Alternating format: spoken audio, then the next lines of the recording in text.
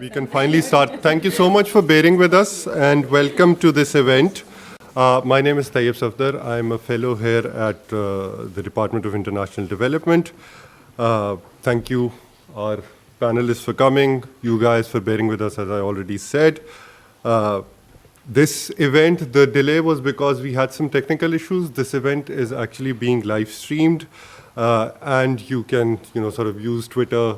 I'm not very good with Twitter, so you can use the hashtag LSE Refugee gig to actually tweet about this as well. And we're going live on YouTube, as I'm talking.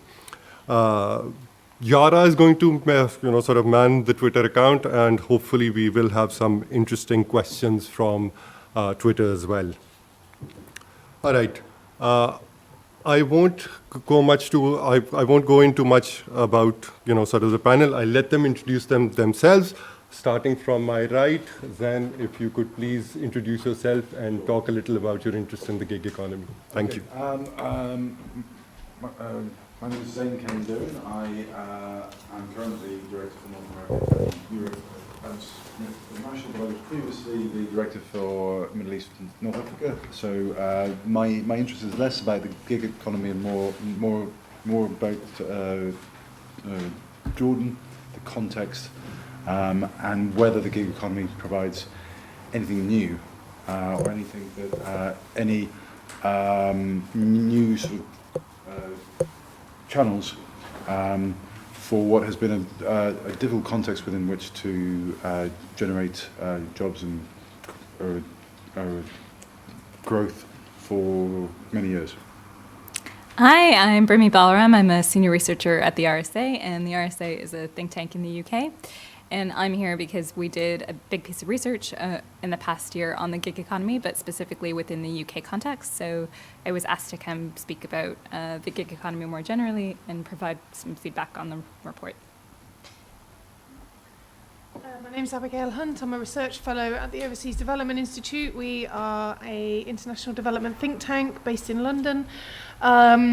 And there I lead the body of research focused on the gig economy, particularly focused on gendered experiences of the gig economy. So looking at how men and women might access paid work through the gig economy, but also their experiences and the kind of work that they're finding on the in the gig economy is what's been particularly of interest to us. Hello, my name's Daphne Jayasinghe. I'm Chief Policy Advisor for our economic programmes at the International Rescue Committee. The International Rescue Committee is a humanitarian organisation which supports people survive and rebuild their lives. We operate in over 40 countries around the world, and we are active in 29 cities in the US as well on their resettlement and labour market integration programmes.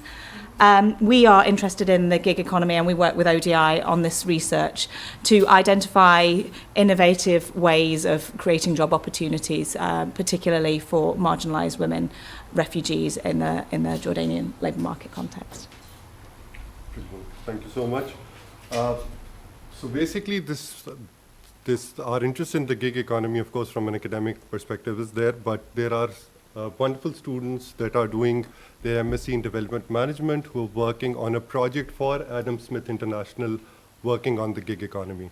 So I'd like them to, sort of give a brief overview of their project and their interest in the gig economy. Good evening, everyone, and welcome to the panel event, Refugees in the Gig Economy. My name is Roshni Patel. I'm Charlotte Brown. And this is Yara Fatala, and we are Development Management Master's students here at the London School of Economics. As part of our degree, we've been given the opportunity to work with an organisation working in the field of international development. So over the past few months, we've been working with Adam Smith International on a project around refugees in the gig economy, specifically looking at women refugees in Jordan based off this sort of ODI report, which was published in September 2017. Inspired by the ODI report, we are working with Adam Smith International to identify one particular sector of the gig economy and further exploring the opportunities within this area. The gig economy is a new and challenging area and is creating a lot of debate worldwide, but it also holds a lot of potential, and we're trying to find ways to overcome these challenges. We are specifically focusing on the potential of micro work for Syrian women refugees in Jordan, and we will be producing a 10,000 word report by the end of April. So as you can tell, this topic holds a lot of interest for us, and we hope you will all find it an engaging discussion.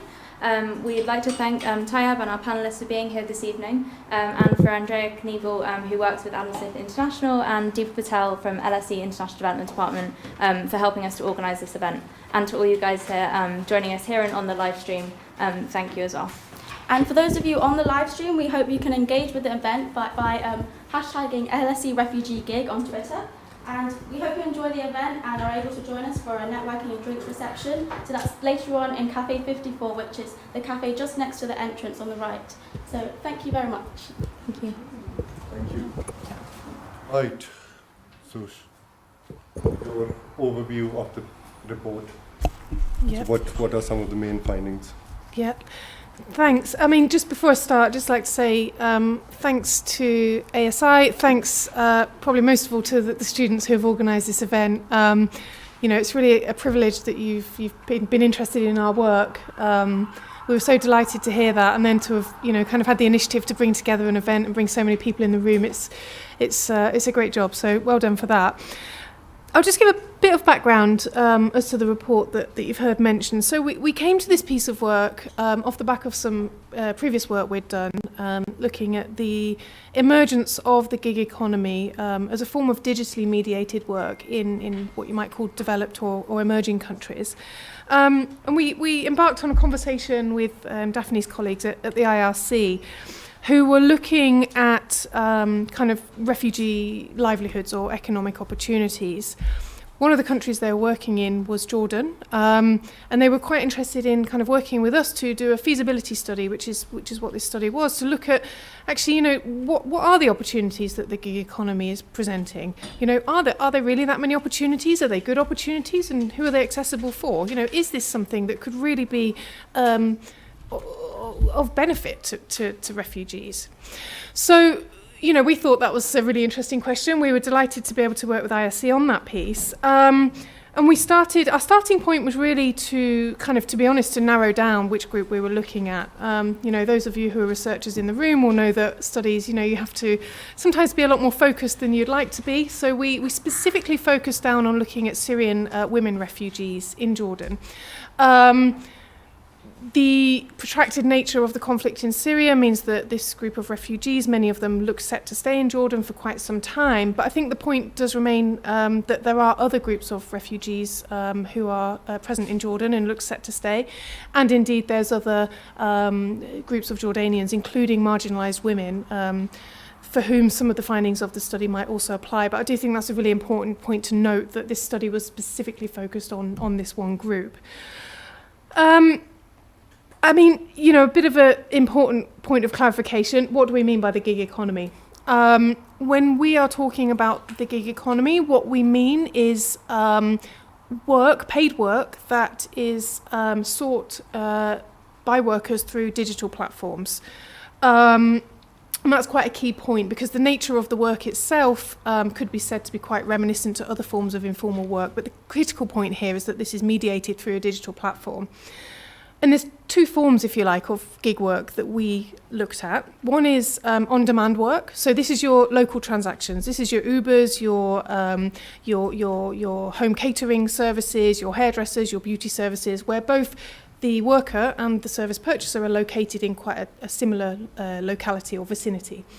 And then you've got your online crowd work, which is where you've got global platforms, and you've got, you know, a platform might be located in the States, you've got somebody in the UK who might want to purchase a digital service, and you might have a worker in Jordan, or indeed Germany, or indeed India, who is providing that service, and it's a digital service.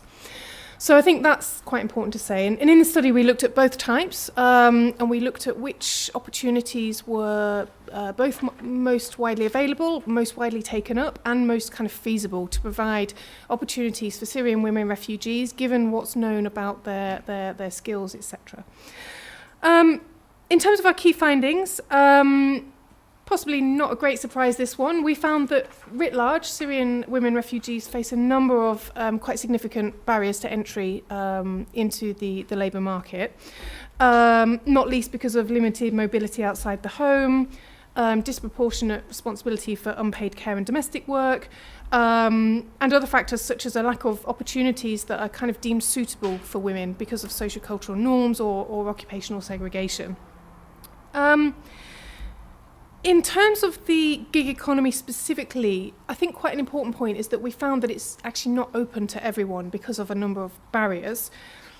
Firstly, there's quite significant infrastructure barriers, not least barriers for digital technology. So this might be because people have low digital literacy, they don't actually know how to use digital technology, or because they might not have access, either because they don't have the equipment, or they don't have the money to pay for the airtime.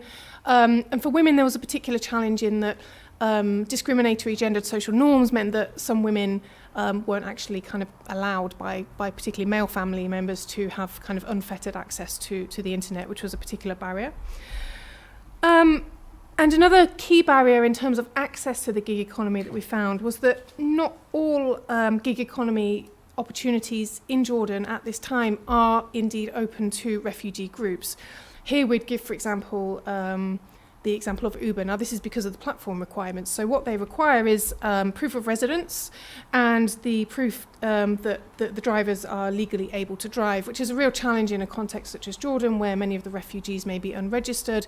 There are challenges around work permits, and there's certain kind of allowed work sectors, of which the transport sector is not allowed to foreigners. So there's a number of kind of factors which mean that it's just not really that likely that refugees would certainly formally be engaged on the platforms. But we also found there were some opportunities for the group we were looking at. Particularly, and we sort of delved a bit into, what's most feasible, what's most likely. The thing we found was that possibly the biggest opportunity is to improve market access for activities in which women are already active, often on quite a small scale. So this is, as I mentioned, perhaps your hairdressing, your beauty supplies, your home catering, which is a quite a huge industry. Platforms were springing up in these areas, and they were essentially allowing these workers to access new markets for activities that they were already engaged in. For our group, secondly, the gig economy was offering quite a lot of home-based work opportunities, which, given restrictions on women's mobility and challenges, for example, around childcare, meant that they were perhaps more feasible than other labour market opportunities available. And so we found that the kind of on-demand opportunities were probably most feasible. The crowd work, the kind of digitally mediated international work, which is largely based on kind of digital tasks such as image tagging, copywriting, web development.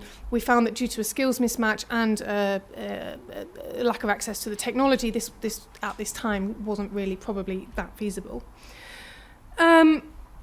I'll just zip through a couple of challenges. The gig economy, it's really critical to say, it is growing fast, but it is still very nascent. Evidence is still thin on the ground. There's still a bit of a question mark as to the scale of the opportunity that could be provided, notwithstanding the fact that evidence does suggest that this is growing fast. And there's also not yet a huge amount of evidence on the level of income or the stability of that income that might be provided through the gig economy. So need a bit more kind of insight into that, really. There's a bit of a challenge in that most of the gig economy work is currently operating in the informal economy. This isn't kind of declared work. And for refugees, this could be a real challenge, not least because of a lack of legal clarity around the gig economy itself. So some workers, we know that some of the platforms were actively encouraging refugee workers, even though they're informal, and sanctioning informal work on the platform. But for refugees, that might pose a barrier because they might not want to be identified as working informally. Data protection, platforms hold a lot of data on the workers, which is a real challenge for many workers who feel themselves to be very insecure and vulnerable in the host community, indeed whether they're registered or not, and so they may feel nervous about signing up to digital platforms because they might be able to be identified in the country, or they might be worried about surveillance or being reported to authorities, particularly if they're working informally. And the home working, I'll just finish with this. This was a bit of a mitigated one because on the one hand, whilst working at home, could be seen as a kind of a feasible or a realistic opportunity for many women, the evidence both from organisations such as WeGo, who have been working globally with home-based workers for many decades, as well as research projects, shows that home-based work is not itself without challenges for women, who can often be isolated, subject to poor working conditions, and also have great difficulties in linking to other women and other workers for organising.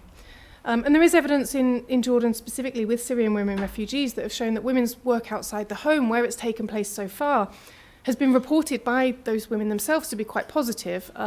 For example, because it's helped women to make networks outside the home where they've been previously quite isolated, or because it's improved their confidence, their self-confidence. So there is a bit of a question around whether home-based work is, a bit of a needs must, or whether it's really the most aspirational form of work.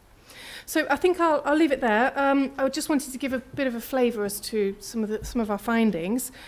I think there's, our starting point is that the gig economy is growing, and so as a researcher, it's really an important thing to engage with. We found that it is a form of work that refugees are engaging with, so far independently. But I think what's really interesting for us today is to think, what does this mean for development practitioners, both in terms of the way in which they're able to support gig economy work given some of the challenges, but also, what this means kind of in relation to other opportunities that might be available. So hopefully we can come back to some of those questions. Brilliant. Thank you, Abigail. All right. So thoughts, reflections on the report, on Abigail's comments. So start with Zain and then yours. Sure. I mean, I this will sound slightly facetious, but it sort of reminds me a little bit of a box of mushrooms that was grown on a project back in Afghanistan, funded by the Counter Narcotics Trust Fund in 2006, where the box of mushrooms had cost $100,000. So it was the most expensive box of mushrooms that had ever been produced. But it was a product of a project that had been trying to find its way through all the different red lines and all the different constraints that were around counter-narcotics work in that context. Lots of risks. A project that was trying to find a way to identify growth and find jobs in an area where there hadn't been before. There wasn't the infrastructure, there wasn't the rules, there wasn't the environment, there wasn't even the demand. There is an exact parallel here, but the point of the $100,000 box of mushrooms is the investment that's required to actually develop a project that will overcome many of the constraints that exist within a particular market, can make the investment unattractive, certainly for a donor. And the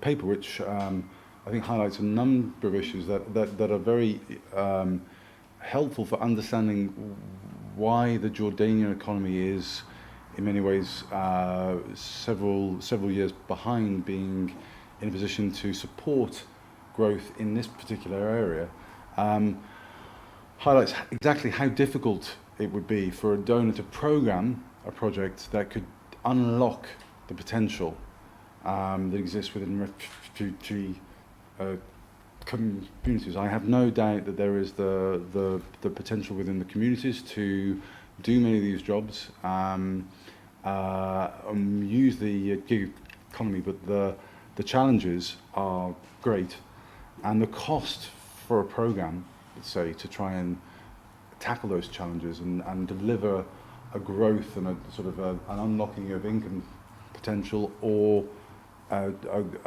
unlocking greater choice on the part of women and increase their voice and control of the increased income that comes in would be too great.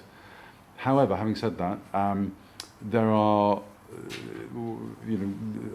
and I'm no expert. I think we're going to come on to Brimi very soon, who will tell us how much growth there is in this area. It would be it would be, I think it's very important for people who are supporting, for donors and for governments working to bring in reforms into particular sectors, to bear in mind the potential that exists somewhere down the line. Whether you're looking at infrastructure and connectivity, whether you're looking at training programs, whether you're looking at sort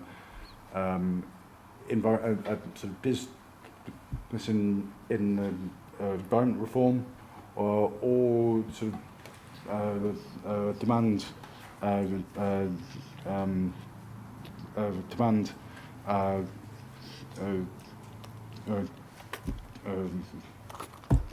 demand creation programs.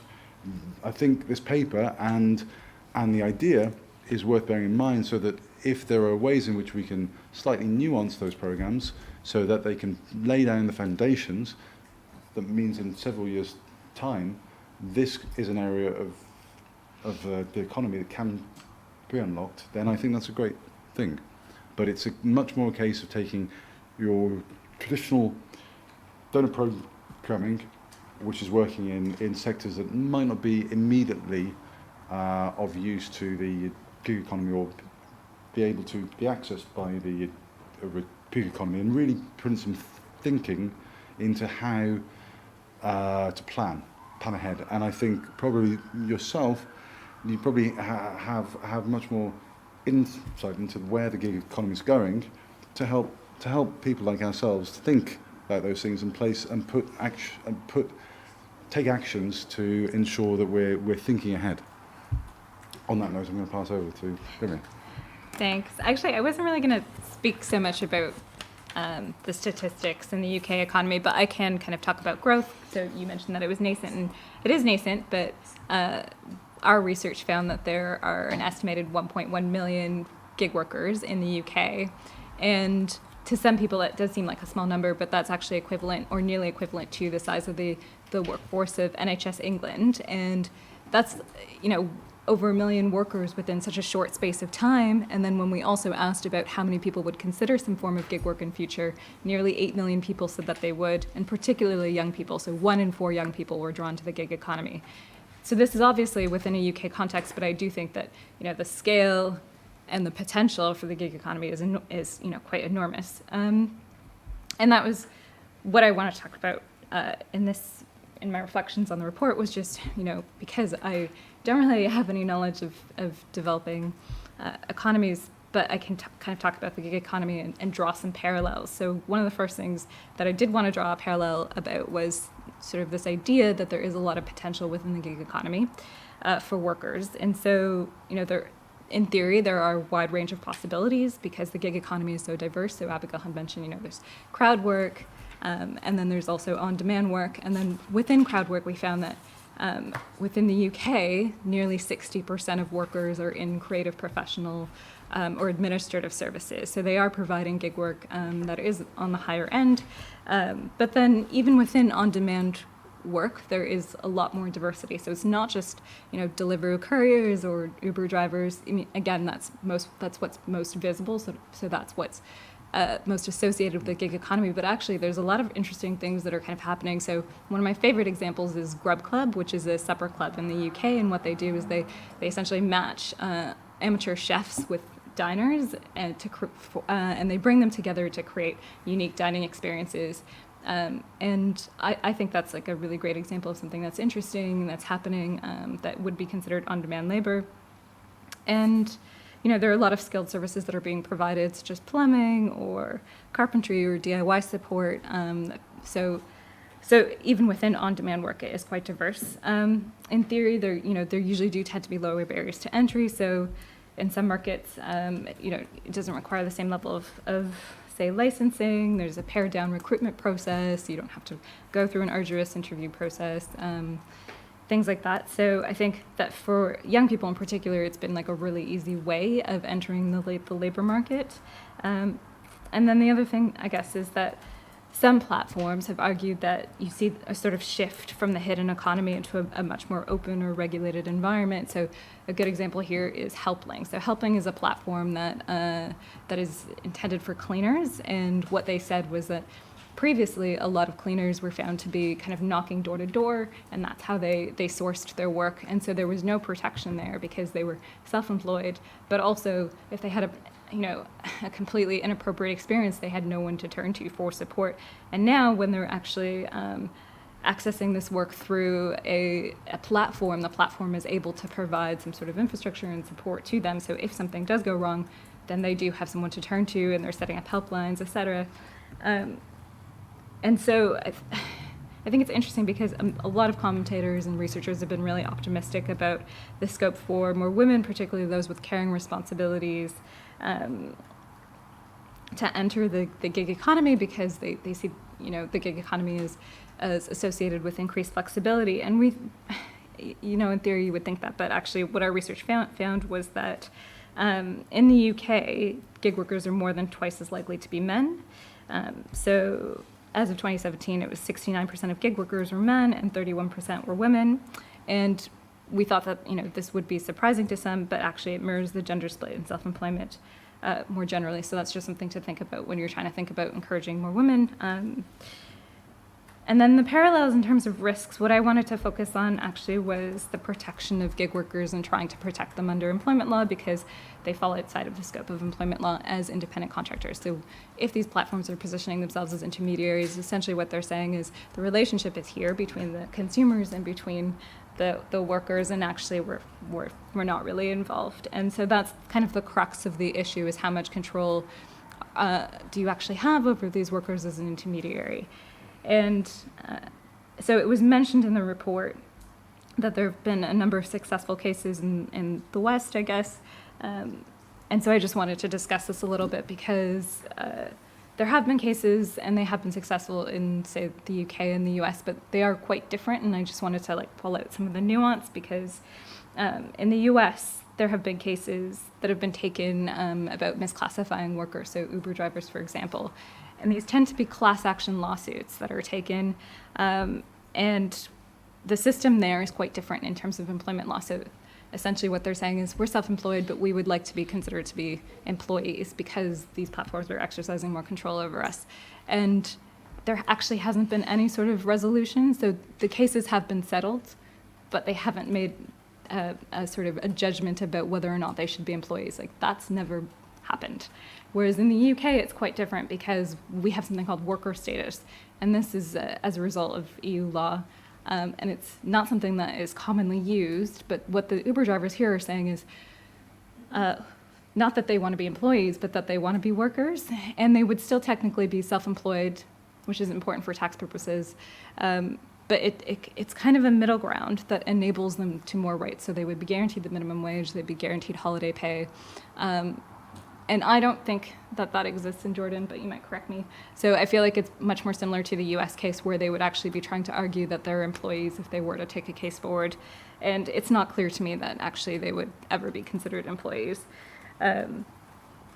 So I just think that's something that needs to be considered. But even if they were to be considered employees, there's a huge problem around enforcement of the law in the UK. And so I think that's just something else to consider if you are encouraging the gig economy in Jordan. And then finally, I just wanted to make a comment about platform co-ops, because this was raised in the report, and I thought it was a really great idea, has a lot of promise. It's something that we advocate for as well in the UK. What I would say is that you do have to keep the business model in mind. And with gig economy platforms, they're all trying to scale. So in order to be able to scale, you need a lot of money. And usually these companies take a lot of venture capital, and that actually restricts the way that they're governed. So they're not really able to set themselves up as platform cooperatives. And so we haven't actually seen that take off, particularly in the UK. And there have been some smaller, there's a big platform co-op movement in the States, I would say, but they're still struggling, because if you're not taking venture capital, you're not really able to scale. You're not able to compete with these platforms. You're not able to really disrupt the system in the way that you would want. So yeah, that's just something that I would consider as well. Excellent. Thank you very much. Thank you. So I would just want to take a step back to why the IRC was interested in this research. And it might be an obvious point, but I want to just draw to your attention that the scale of the problem in Jordan. So we're talking about 656,000 Syrian refugees that are registered in Jordan, with an additional number of unregistered refugees, in a context of weak growth and low employment. And so we're exploring all opportunities for job creation. And the area of the gig economy is something that can take advantage of innovation and technology as well. So as much as the findings are mixed, I think it's still quite exciting that we're at the cusp of this, which is actually a very scaled sector in the UK. But we're at the outset of it in a position to influence the development of livelihoods programming in the gig economy. What was interesting about the paper for us is particularly the gendered angle. I think it was interesting, as you heard from Abby, to reflect on the barriers that women face overall to accessing the labour market, barriers based on social norms, but practical barriers around mobility and infrastructure as well. So it was important for us to understand how these barriers presented themselves, but also what opportunities the gig economy creates for integration of women into the labour market. Clearly, there's need for more evidence, but those are opportunities around balancing work with unpaid care needs. Now that raises, as Abby mentioned, its own set of concerns about protection issues, but also a huge burden to be carried by women who are balancing a double workload, if you like. But certainly identified some of the challenges. I'd also like to sort of pick up the point that Abigail made about collective action. Now, so what we know historically from informal work and women's disproportionate representation in informal work globally in developing countries is that it can be very risky because they are so isolated, and home-based work can come with its own protection risks around unsafe working conditions, certainly no access to collective bargaining. Now, having a sense of the opportunities in the gig economy presents us is an opportunity for civil society to mobilise refugees to respond to these opportunities and highlight themselves their own needs and their interests in opportunities that meet their particular needs. Now, they might be needs around being home-based, having limitations on their mobility, but it might also be needs around not having a fixed place to live, being on the move, being a population that has less certainty about where they're going to be. Now, having a source of income or a livelihood where they can access on their mobile phone is very, very beneficial to that community. I also just wanted to touch on a separate point that was about the opportunities that this type of work gives to private sector actors. Now, this is reliant on the private sector to provide the supply of work, and that's certainly something that the IRC is exploring. If we are to explore these opportunities further, what is clear is that there needs to be a steady supply of work to make this viable. There's a lot of private sector interest in playing a role in providing opportunities for refugees, but also there's a business interest in creating opportunities for refugees. And so I think it's something to keep in mind that there's a lot of innovation and there's a lot of businesses that are keen to explore opportunities like the gig economy further, create opportunities for refugees and identify innovative ways of working with refugees.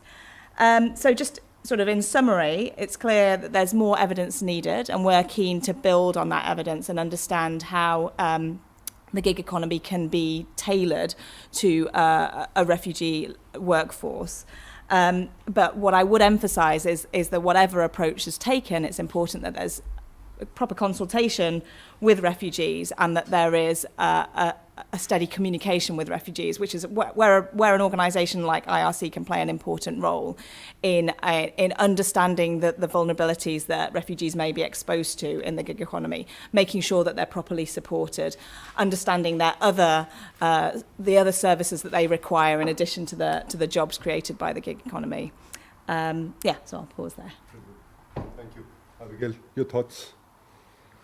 Yeah, I mean, I think if I just reflect on some of the points that have been raised, I think we've got two issues in hand that have come up a couple of times. One is around quantity and one is around quality. So something, that comes up in many of these conversations and has been touched on here is, how many opportunities are really being created right now and how many will be created in the future. When it comes to developing programming, I mean, the case could be made that right now this is not the time to focus on development or indeed humanitarian programming in the gig economy. Donors increasingly want to see kind of scale-up results. And when so few relatively opportunities, if you like, are offered right now, this might not be seen as a good kind of value for money to be investing in supporting workers in the gig economy. I think that's a point that could be made in the current context. But on the other hand, when thinking about quality, measuring the size of the gig economy is notoriously slippy as it stands, but all the evidence strongly suggests that the gig economy is growing and the gig economy is growing fast. So I think on the other hand, when it comes to quantity, there's an argument that this is growing fast. Now is the time to be ahead of the curve, and now is the time for organisations looking to support refugees and indeed other marginalised groups to be thinking about what are the opportunities that are coming up, what do we need to do now to make sure that they can best make the most of these opportunities in only a few years. So, I think there's a couple of different sides to that argument around quantity. In terms of quality, there is a real challenge there, and this is precisely what the review by the RSA was tasked to look at, in amongst other things, what's the nature of this work.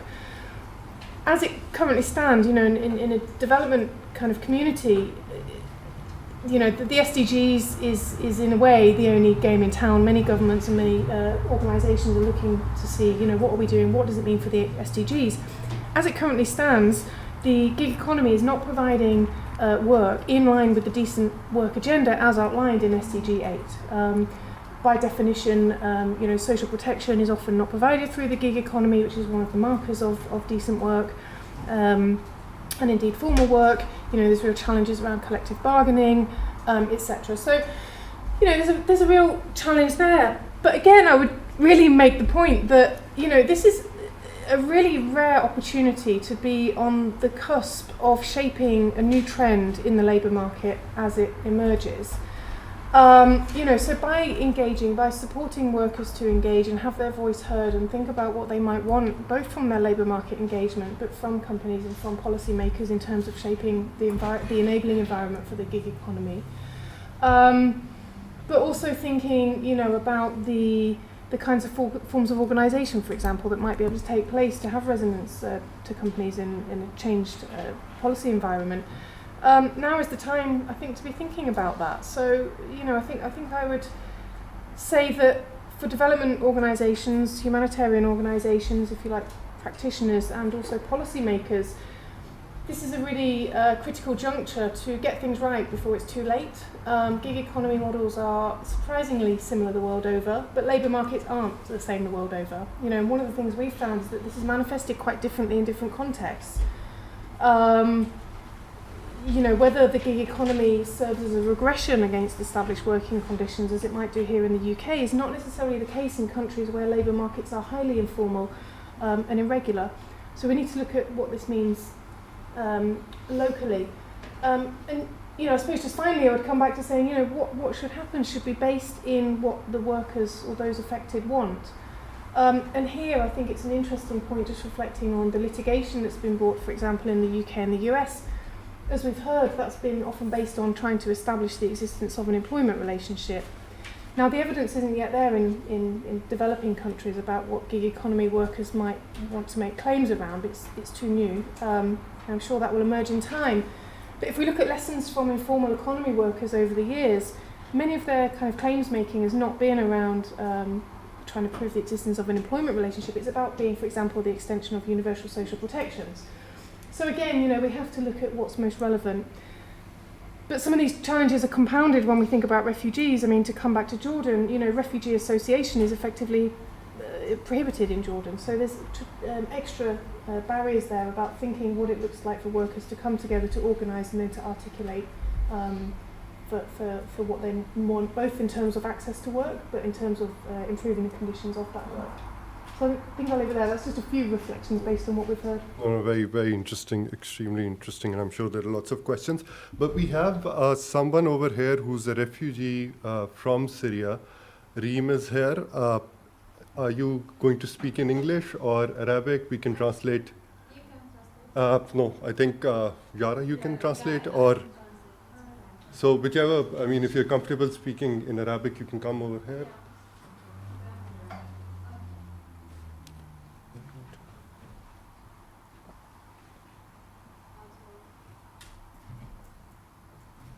Good evening, everyone. I'm sorry because my English is not very good. That's why I prefer to speak Arabic. That's perfectly fine, please. Thank you.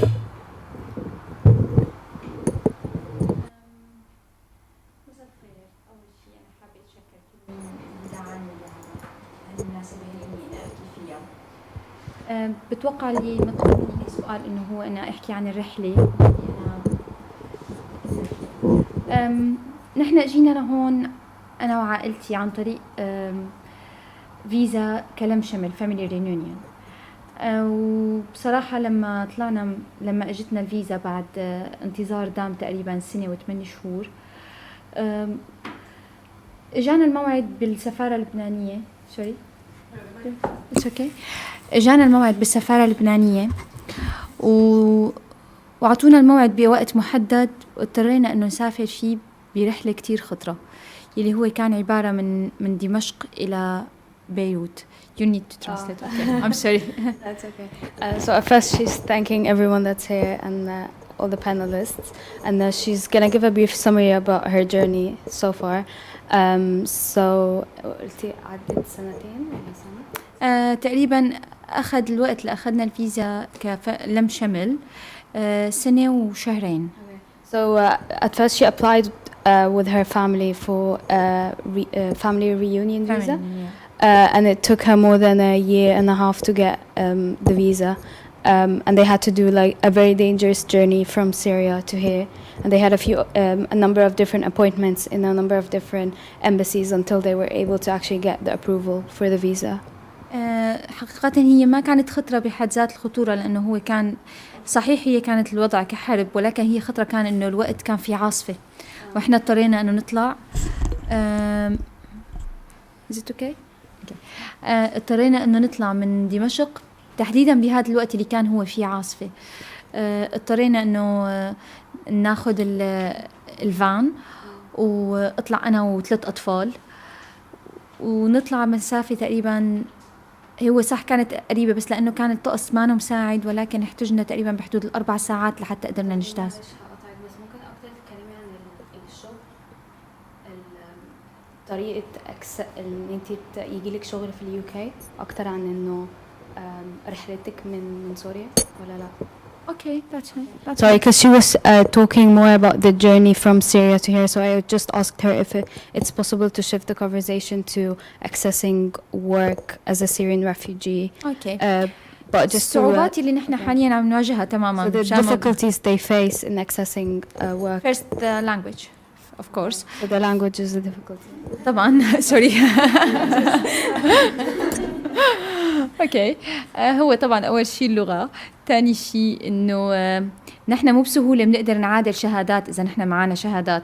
يعني مثلا انا دارسه علم نفس وتخاطر فكري، فانا معادله هي الشهاده ممكن ياخذ مني اكثر من 3 سنين. طب انا خلال هدول 3 سنين شو ممكن اعمل؟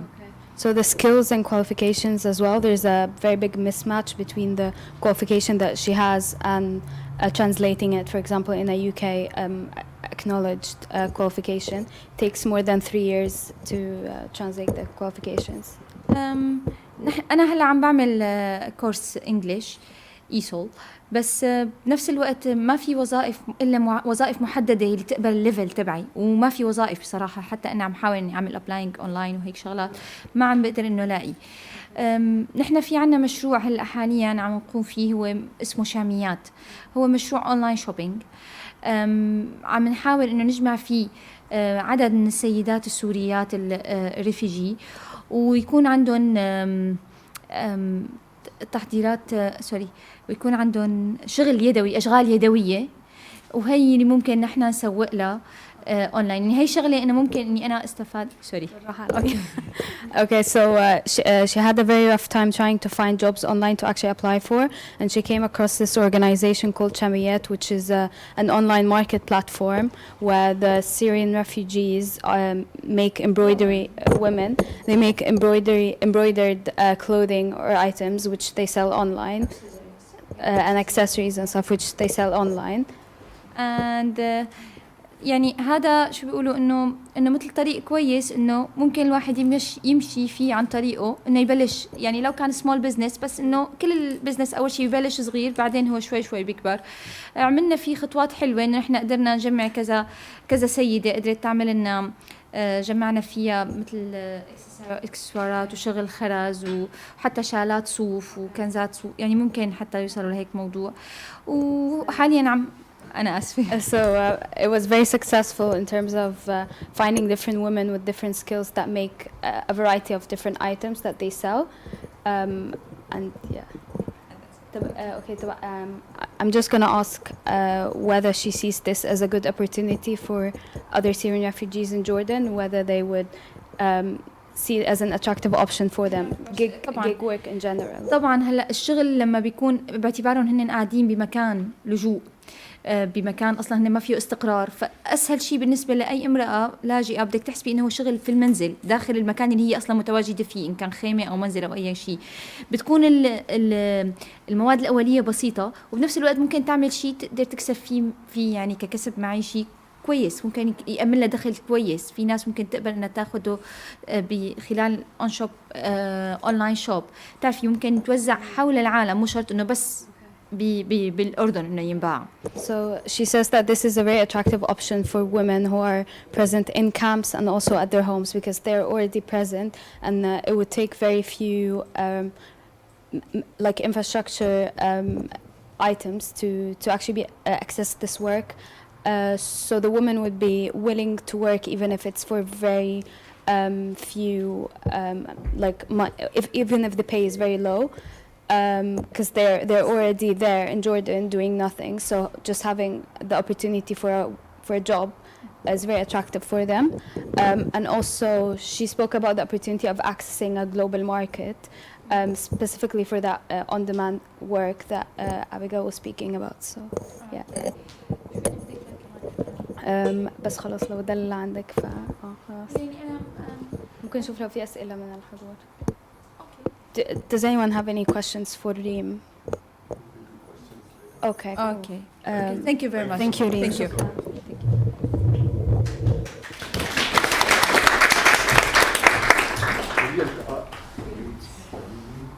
I think we can have we'll have another chair brought in for her during question and answer. Brilliant. Thank you so much, Reem.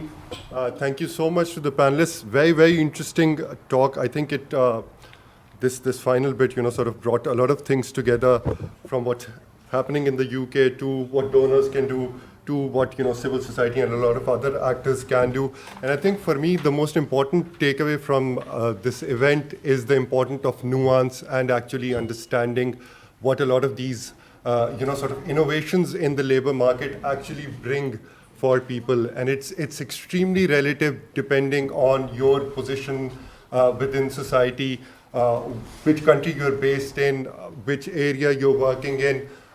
For many workers here in the UK, and we've seen this in the UK, this whole Supreme Court case with the plumbers, etc.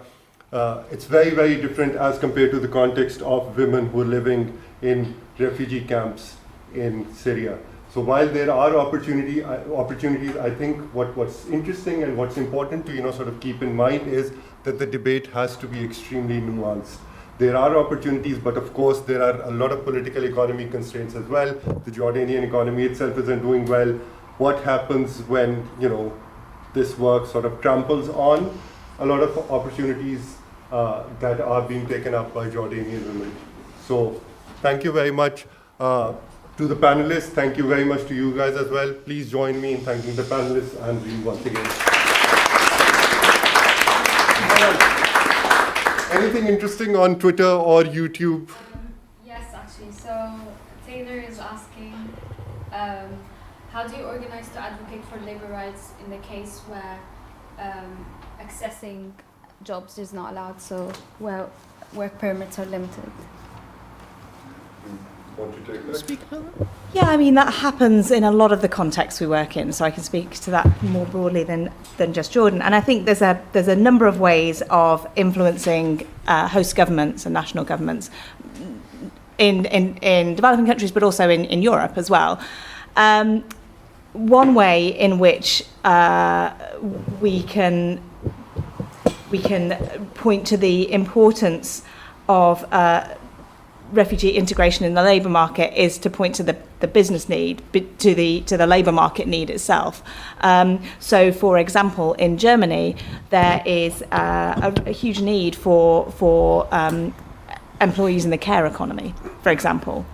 Now, refugees are already filling that gap, are already ready to provide those services.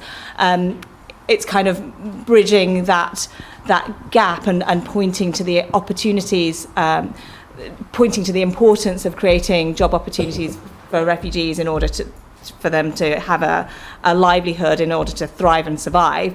But it's also vital to point to the needs in the labour market and the gaps in the labour market themselves, and that relates across contexts. So let's take a couple of questions and then the panel can answer. Yes, please. I'd like to follow on this issue of one area for intervention and discussion is with governments and to do with the enabling environment in general, and also the fact that Jordan, as it happens, has got a good reputation in the field of social policy, and they seem to be fairly open to allowing refugees in camps to take certain types of employment. There was a scheme with the EU which Britain championed, which gave conditional market access to Jordan for products made in Jordan with a certain share of refugee labour, including specifying the share of women. So I think maybe Jordan is an example of a country where there are, as you know, many or more people in government who are not who are open to exploring possibilities for refugees in the field of livelihood generation. Okay, and the other thing is, I would be interested in your views on whether or not gig-based work is portable. And that's, in other words, these skills, that developing this kind of familiarities and labour exchanges, labour demand exchanges, can easily work for the people concerned if they are able to return to Syria in due course. And I know that, you know, host governments are very keen that refugee populations are enabled to return. So maybe that's one of the other appeals of gig work that hasn't been mentioned so far. Yes, thank you very much for a really interesting way of thinking. There was a lot of talk about where the gig economy is going, but I'm wondering if it wouldn't be more useful to start out by thinking about what the gig economy is doing. In informal economy research, it's standard knowledge that the core pools of informal labor are the most vulnerable labor available, which is women, youth, and migrants. Now, refugees are like super plus vulnerable migrants. So you have semi-secluded women refugees. You have got just about the most vulnerable labor pool going. And now you want to connect that digitally to large formal sector employers who are very interested in finding out how to tap this super vulnerable labor pool. I think it is very easy to blur the line between charity and cheap labor. And I think in looking at what's going on here, it's very important to think about what is their motivation and to what extent is it good development practice to try to help large formal sector firms tap outside of the framework of any hope of labor regulation the most vulnerable pools of labor in the developing world. Personally, I have a real problem with it. I recognize the issues about finding labor, but you talk about how informal actors can make claims once they get these jobs, but refugee foreign women, on what is their basis for claims, let alone the issue of collective action. So I think it would be really important to think about the extent to which the gig economy and these, especially crowdsourcing, is an engine of labor informalization rather than a lifeline of opportunity, and the extent to which vulnerable women may be willing to say, yes, we would like that kind of job. But to what extent are we enabling exploitation rather than creating decent forms of labor?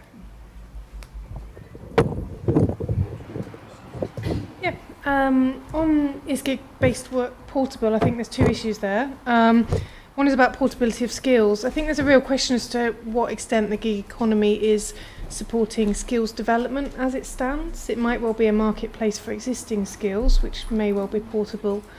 There are some kind of initiatives started by platforms to say they're developing skills. I think we need to have a more critical engagement with asking to what extent are these skills really transferable, which I think gets to the crux of that question. And there's another kind of element on that, which is around the idea of portability and reputation. A lot of these platforms, they work on kind of review and rating systems where the service purchaser will rate the worker for their satisfaction for the task that's been carried out. Now, there are a lot of challenge there about inbuilt biases and whether people are really being rated on the quality of the work or on the basis of other prejudices. That's an important point as to the rating they will get. But there's a challenge in that as it currently stands, many of these ratings aren't portable across platforms. So if a worker is working on one platform and building a reputation, and then for whatever reason it might be, they move to another one, essentially they're starting again with their reputation. So I think there's a real challenge about portability there. You know, it's not the case that workers can necessarily build a CV or a close network reputation in the same way that they might be able to in more, if you like, traditional labour markets, depending on what that looks like. On this question about the vulnerable labour pool, I mean, I think that is an absolutely critical point. I'm really, really pleased you raised it. One of the things that we discuss in the report is that, I mean, what I should say is when we came to looking at this report from our point of view as ODI as researchers, we very much looked at the quality of work that is being provided and concluded that in many cases this isn't what you might call quality work. I think when it comes to practitioners, and again we say this in the report, any effort to recognise the challenges for refugee labour market integration, any effort to respond to what many refugees say, including refugee women, that they want to be engaged in the labour market, any effort by practitioners to act on that and try to think about how do we integrate workers needs to also take place alongside a deep analysis of the conditions of the work itself, and alongside an effort to not only integrate workers into that particular kind of work, but alongside a wider effort to improve the conditions of that work itself if it's not what we might call a good or a quality work option. I think there's a number of fraught challenges, not least the limited opportunities available, but I think that's an absolutely critical point made, and I think it's not just about access, it's about quality. I would say, just in response to both those questions, one of the things about the gig economy, to me, is that no one quite knows how it will respond. It's a new market. It's a new way of doing business, and as some of the venture capitalists will find, it's an unknown world. So as a donor, you're taking quite a gamble if you do try and invest with the intention of creating a sort of job that will be portable.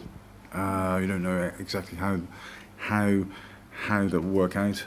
My guess is that the the outsourcing. I can't remember what it's called.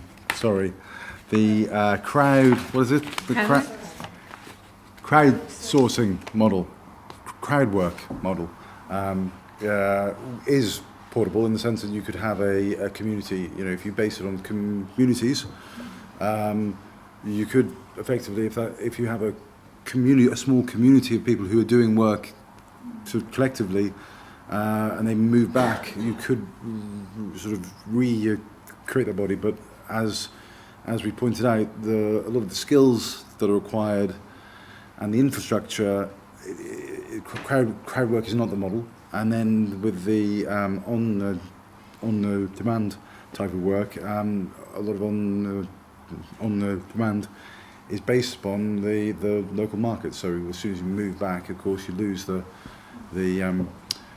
access to the market.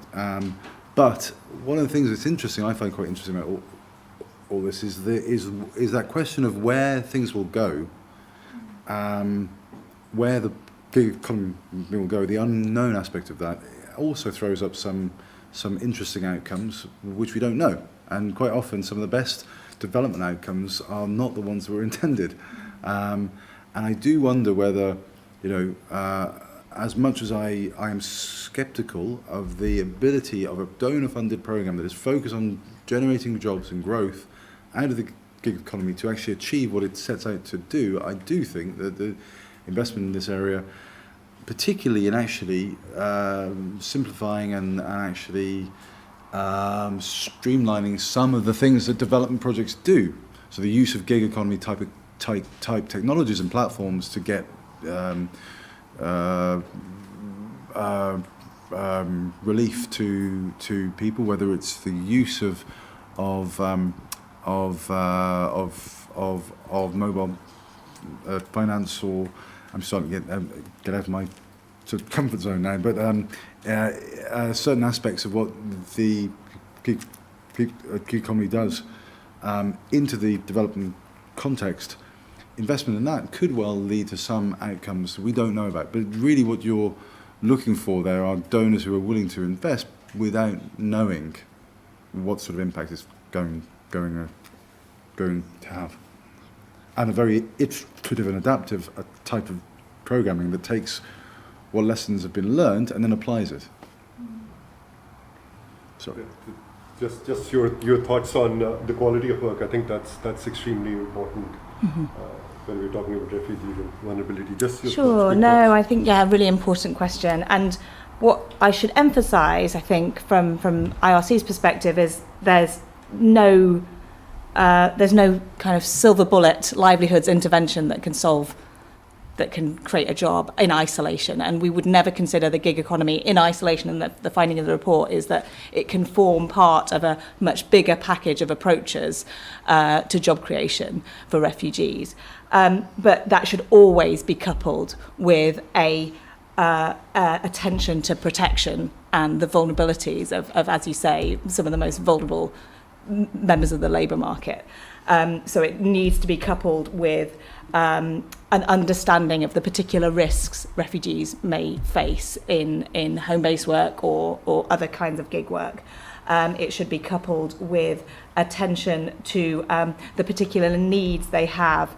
In addition to generating income, they may have legal service requirements, for example, or they may be childcare needs. And that's where the role of a humanitarian organisation to kind of bridge that gap between the business, the formal employer, the business employer that is vital to job creation, and the refugee themselves. So I take your point. I accept that they could be exposed to vulnerabilities, but as Abigail said, refugees are exposed to risks and vulnerabilities in all sections of the labour market. The gig is not unique in that. The gig economy is not unique in that. Right, so we've had to cut the question and answer session short. We just have time for two more questions. Yara, and then behind you, I'm sorry. I think I'll take one question from this side and one from that side. So we just got a question coming in from Ali, and she says that You implied that the gig economy work is not covered under the legal framework of the Jordan Compact. So is there any push from the humanitarian community or other actors for the gig economy work to be legal for refugees? Okay. Final question. I have a question for Reem. Hi. I can ask in Arabic and then I can translate. Hi, ازيك؟ عندي سؤال عندي سؤال على شاميات. انتوا ازاي وصلتوا لبعض او انتي يعني انتي رحت لهم ولا هم راحوا لك او انتوا بدأتوا الموضوع مع بعض وحاسة انه ممكن في طريقة انه اللاجئين برا ممكن يقربوا لبعض اكتر بطريقة ما وده ممكن يساعد ولا لأ؟ والسؤال التاني ايه العوائق اللي بتشوفيها من البيزنس سايد يعني ايه اللي ممكن يحسن الدخل اكتر او الايرادات بتاعت البيزنس. So what I asked is how do refugee women come together in to create such a business and how did they create for like their online shopping business and what are the barriers that they find in making their business more like marketing their business or making it more profitable. Yeah. Thank you. So let's start with the Jordanian compact and then we come to you. So yes, on influencing the kind of regulatory environment around the gig, I think it's really vital, as Abigail said, that we generate more evidence on this particular theme and understand the implications. This was a small study with a small sample group, and I think in order to understand the kind of policy environment that regulates it in all contexts, it's important to build the evidence base.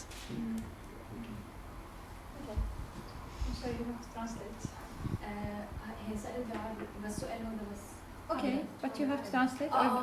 Okay. You still have to translate. Okay. أولاً أنت سألتي إنه أنا كيف اجتمعت بشاميات. بصراحة هي الفكرة للأخت سناء. أنا اجتمعت بالأخت سناء بصراحة عن طريق صديق باعتباري أنا أدمن بجروب على الفيسبوك يضم تقريبا 6000 أو أكثر من 6000 شخص سوري بين لاجئ وبين قدماء ساكنين في بريطانيا. فباعتباري أنا الأدمن فهي اختارت إنه تتواصل الصديق إنه تواصلت أنا وياها عن طريق هالصديق هذه اللي هو كان عضو بهذا الجروب فهو وصلها معي عشان أنا باعتباري بعرف معظم أغلبية النساء اللي هن قادمين كانوا جدد أو قدماء ومدى معرفتهم بهيك خبرات فنية مثل الخرز والإكسسوارات وحتى شغل الصوف وحتى كل هالأمور هي.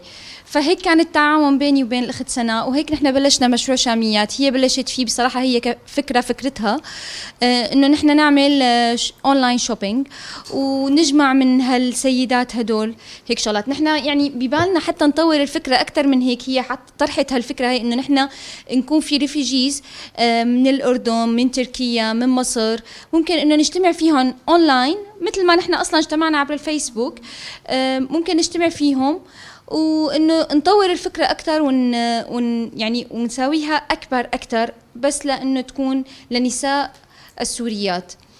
العوائق اللي ممكن نحن تصادفنا نحن بالنسبة لنا حاليا نحن في عنا عائق قانوني حاليا بس هذا اللي نحن موقف باعتبار انه نحن نبلش بالمشروع.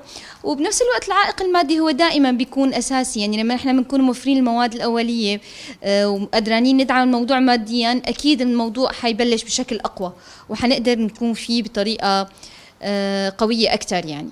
فهذا نحن ممكن نحكي فيه كعائق يعني مش اكتر من هيك. I'm sorry. It's okay, I wrote it down, so I won't forget. Okay, so Reem met Sana through a mutual friend. So Reem is an admin of a Facebook group which has more than 6,000 members of refugees who are already in the UK. So that's how she has access to sort of the community. And one member of the group put her in touch with Sana, who started the Shamiyat organization that we mentioned earlier. And they started this organization because they thought of an opportunity where Syrian women refugees could make an income through skills that they already had. So that's what they came up with.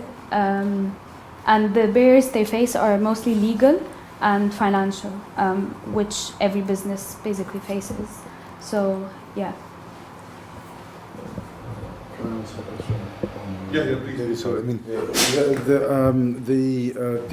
the gig economy is coming up against a number of issues in Britain.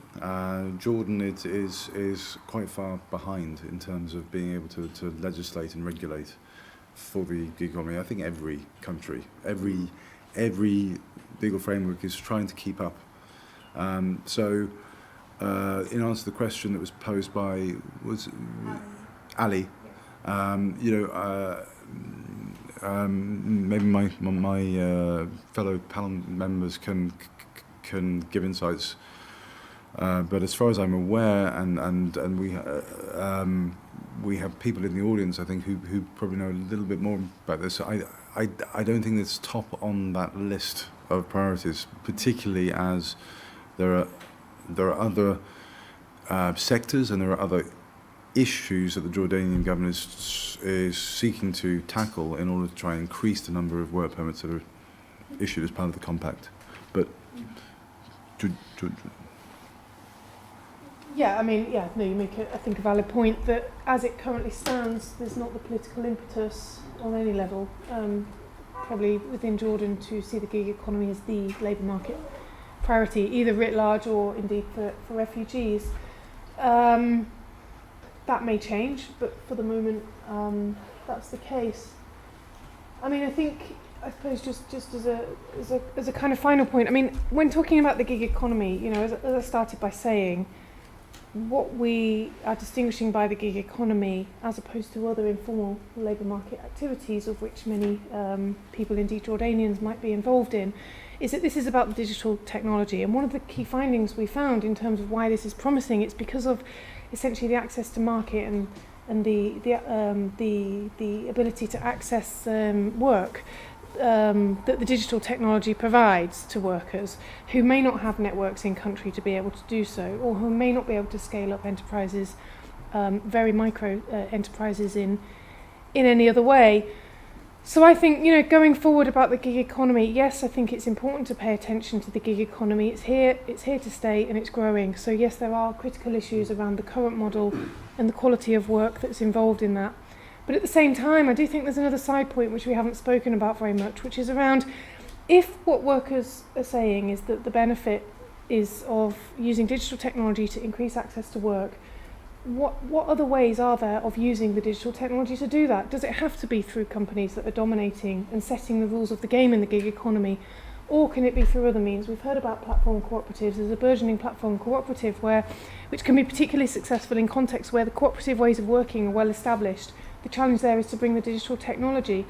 Indeed, in Jordan, you know, we found in the report that there'd previously been an initiative with cooperatives, agricultural cooperatives, where work permits the government have essentially allowed for work permits to be issued through cooperatives. Well, you know, if the issue there is about scale, then, you know, perhaps it's about thinking about how the digital technology can increase their market capacity.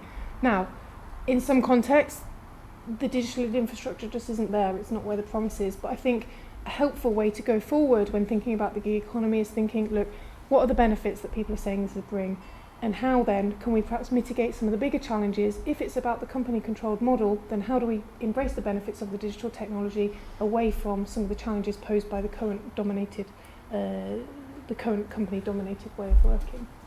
I think that's a bit of a burgeoning discussion. Thank you very much. I'm sure that there are lots of questions. Please join me in thanking the panel, and thank you guys for coming.